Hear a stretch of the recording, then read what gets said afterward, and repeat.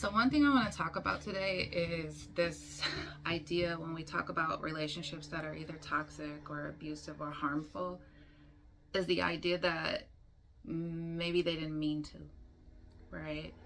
A lot of clients I work with describe a focus on the person's intentions. They seem to be a good person. They have done these gestures, they've done these things, they've said these things, and I don't think they meant to harm me. And you're probably right. But the truth is that it's more important to focus on how you experience the harm versus whether the person intended to or not. And of course, I'm talking about in relationships that are abusive, relationships that are really toxic, relationships where you find yourself having a negative experience or memory attached to every positive one, or this sense that the other shoe is always going to drop. Intent and impact, you hear that a lot. Oh, well, intention and impact are two different things. And yeah, it's true. And yeah, there are times where you are going to be impacted even when an intent is pure because maybe you misinterpreted it, right? Those are real experiences. There's also this real experience of, if I accidentally take my car and run over your foot is busted. It's broken. You're in pain. It doesn't matter if it was accidental.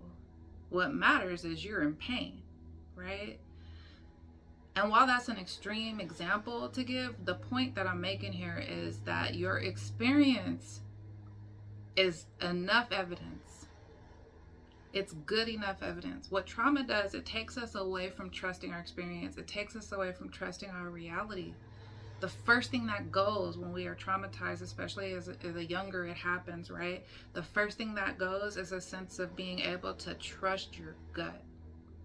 You become confused within your own body if you can even feel connected to your own body.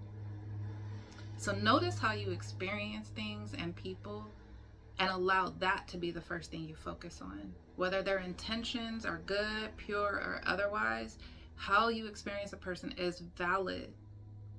It's valid. How many times have you found yourself saying, everything in my body told me this, and I did the opposite? Or I should have listened to myself. Oh, I could kick myself because I did not. My gut told me. We have to practice trust in our gut. We have to practice noticing how we're experiencing something. And yeah, maybe it wasn't intentional. It doesn't negate the fact that it hurt.